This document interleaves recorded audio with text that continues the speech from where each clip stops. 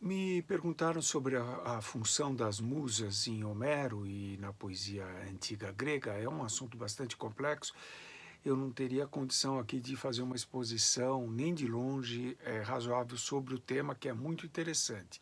O que eu sugiro para aquelas pessoas que me escreveram é que leiam com atenção o verso 485 do canto 2 da Ilíada, que precede justamente o catálogo das naus.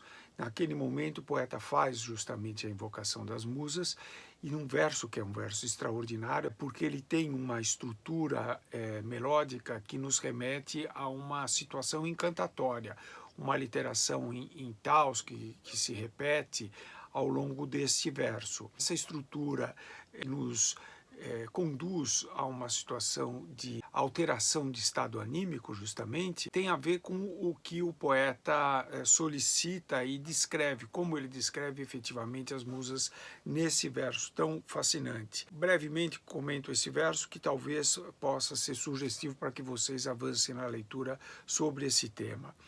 Ele então diz o seguinte, que as musas, por um lado, estão presentes, ele usa o verbo ser, na segunda do plural, se dirigindo às musas. Vós sois deusas, mas não é apenas o verbo ser, vós existis, o sentido é um sentido, esse primeiro uso do verbo ser aqui é ontológico. O segundo, aí sim, vós presenciais, estáis presentes, porque ele usa o verbo, mesmo verbo ser, mas com um prefixo que é estar ao lado de, que é pareste. Então, o fato de elas existirem numa dimensão ontológica, ou seja, serem figuras que transcendem a experiência transitória, primeiro aspecto. O segundo aspecto, em decorrência desse primeiro, que elas estão presentes a todos os acontecimentos, sem limitação, que leva elas a conhecerem, e é o terceiro verbo que Homero utiliza, o verbo iste, todas as coisas. É o objeto direto desse verbo que aparece aqui. Então, nessa sequência, eu gravei, mas preste atenção, vale a pena. Este pares teteis tetepanta.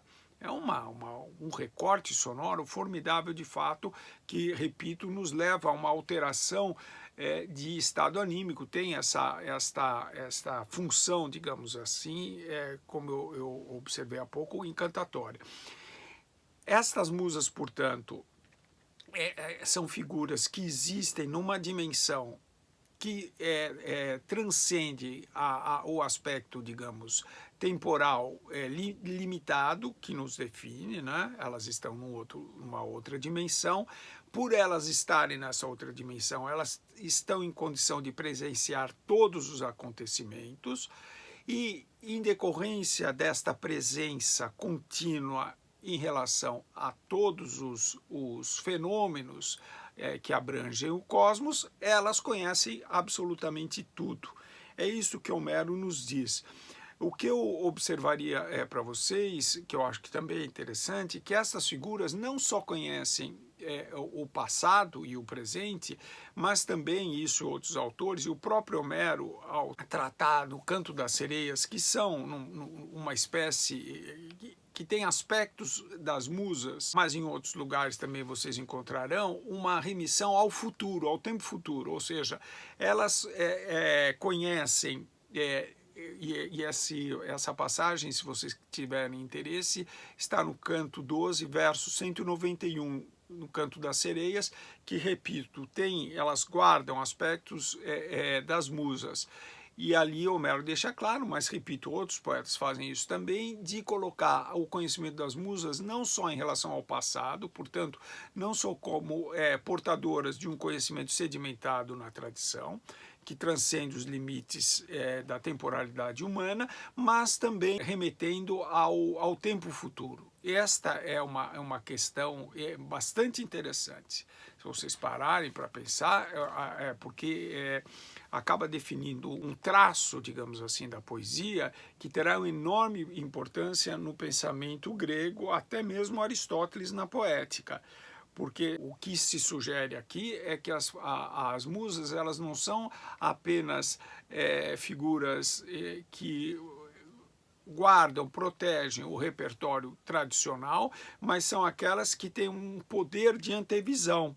Por que elas têm um poder de antevisão? Porque justamente a poesia não é limitada pelo aspecto factual dos acontecimentos. Isso Aristóteles, repito, registra muito bem naquele episódio famoso da Poética, em que ele faz a distinção entre poesia e história, e justamente dizendo que a história se refere ao acontecido, aos fatos ocorridos, e a poesia, ele usa o modo potencial em grego, a poesia se refere àquilo que poderia ocorrer. Esta latência do acontecimento conferiria à poesia uma dimensão, digamos assim, não limitada, não recortada por um certo aspecto, que é o aspecto, digamos, factual.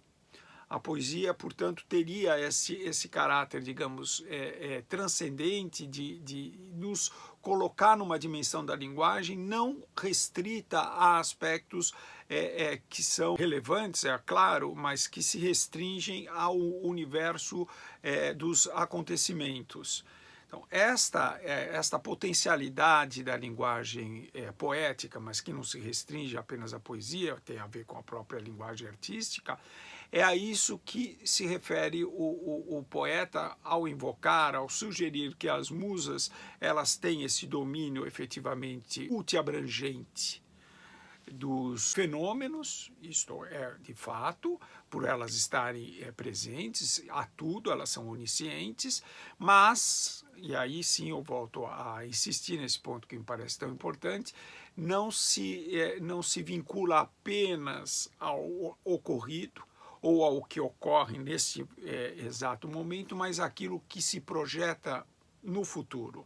Esta projeção, repito, me parece fundamental, é uma questão que abre a perspectiva da poesia e da linguagem artística geral para uma dimensão extremamente instigante do que pode ser a linguagem poética. Esta digamos, o aspecto que me parece importante ressaltar. O outro, evidente, é igualmente importante, mas vocês têm, portanto, nesta figura das musas, uma representação emblemática da ausência de limite do tempo na linguagem poética. A linguagem poética ela se afirma justamente enquanto uma linguagem que desconhece essas limitações, sejam limitações referentes ao ocorrido no passado, ao presente e ao futuro. Por quê? Porque o poeta, pelo menos da ótica do autor clássico, de um poeta como Homero, ele é um intermediário que verbaliza esse conhecimento que tem a ver com esta multipresença cósmica das musas. As musas, de fato, são figuras que estão aptas a representarem absolutamente tudo por estarem presentes a todos os acontecimentos e também de projetarem, de anteverem no tempo aquilo que efetivamente ocorrerá, pelo menos num certo registro da linguagem, da representação literária, que é o caso aqui que vale a pena destacar. Eu lembro, a esse respeito, o Píndaro, em vários momentos, tem reflexões muito interessantes sobre a linguagem poética, e uma delas é justamente a referência que ele faz ao seu trabalho e a si como figura de discurso como o profeta. E ele utiliza esse termo no sentido literal em grego, quer dizer, aquele que profere anteriormente, que prevê pela linguagem. Esta antevisão da linguagem artística projetada no tempo futuro é que justamente terá uma enorme importância a reflexão sobre a poesia e de um modo geral, a linguagem artística na antiguidade e não só na antiguidade. Insisto, para mim, pelo menos, esta abertura para o tempo futuro e o fato de as musas poderem, inclusive, abranger aquilo que no nosso horizonte humano ainda não ocorreu, é que nos permite também ver o passado o passado que elas protegem, de uma maneira menos, digamos, esquemática, como poderíamos fazê-lo. Por quê? Porque esta incógnita, de certo modo, para nós do tempo futuro, é uma incógnita que ocorre efetivamente por causa da nossa restrição temporal, mas não, segundo o poeta, no plano das musas.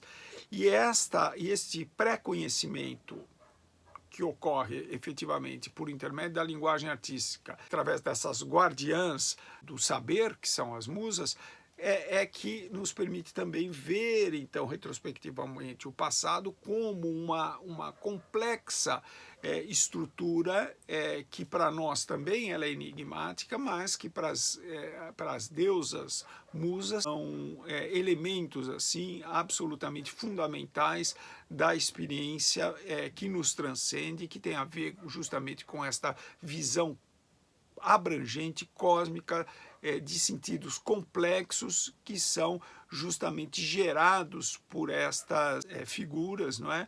Que transmitem, que emitem os sentidos para o poeta na medida em que o poeta vai configurando a sua linguagem. Eu só gostaria, para terminar, de fazer um breve registro, um breve comentário. Não devemos, com isso, considerar que, na antiguidade, já em Homero, o poeta fosse simplesmente um ser passivo que recebesse essas informações. Absolutamente não é esse o caso. Há indicações de que existe uma coparticipação desses poetas, dos aedos, rapsodos, nesse processo de elaboração e reelaboração da linguagem poética. Não sei se respondi, pelo menos com o início de abordagem desse tema, que, repito, é bastante complexo, àquela pessoa que me escreveu, aliás, mais de uma já me escreveu sobre essa questão, e aqui fica apenas um convite de releitura desse verso, particularmente, o verso 485 do canto 2 da Ilíada, e também leiam em paralelo o verso 191, toda a passagem é muito interessante, embora breve, do canto das sereias, no canto 12 aí da Odisseia. Ok, pessoal? Um abraço a todos e até uma próxima.